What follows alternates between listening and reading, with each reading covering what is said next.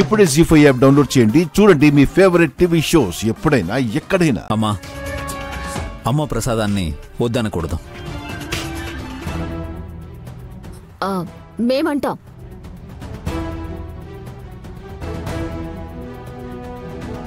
వాళ్ళిష్టం లేనాయనా. అమ్మ ప్రసాదం బిడ్డలు తినాలి.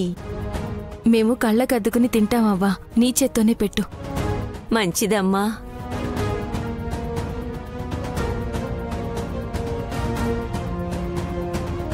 అయ్యో, ఇప్పుడు మీరు కూడా ప్రసాదం తినాలా బులిబాబు గారు? నేను కూడా అని అంటున్నావు.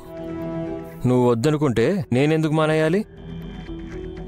ఆ ప్రసాదం తింటే ఏమవుతుంది?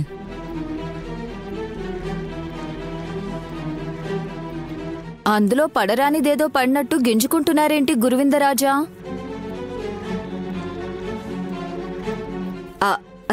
అలా అని కాదు గాని, ముసల్దాని మురికి చేతులతో అమృతం ఇచ్చినా మలినమైపోతుందేమో.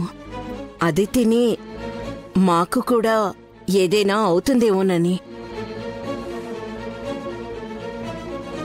ప్రసాదంలో రాయి పడ్డా రత్నం పడ్డా సరే, దాన్ని పక్కకు ఏరి పారేసి తినాలి అంటారు. ఎలా ఉంటే అలాగే స్వీకరించాలి. మీ ఇష్టం. బాలేదంటే మాకు సంబంధం లేదు. అమ్మవారి ప్రసాదం కమ్మగా ఉంటుందే తప్ప మీ అమ్మలా ఉండదు.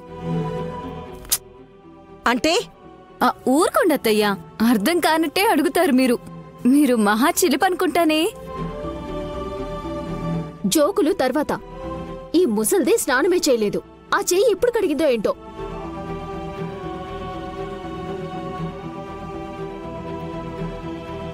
ఉగాది రోజున కడిగాను. సరిపోయింది.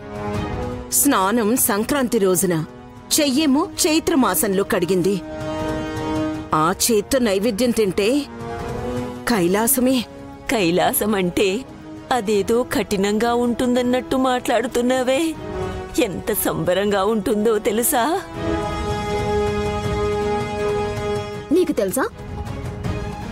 ఎవ్వరికి తెలియకపోయినా నీ చేత్తో ప్రసాదం తిన్నాక అందరూ కైలాసానికి పోతారులే. పెట్టు.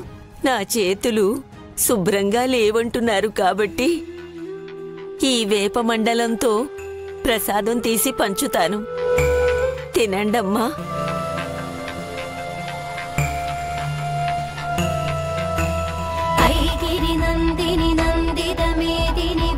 అలాగే అవ్వా.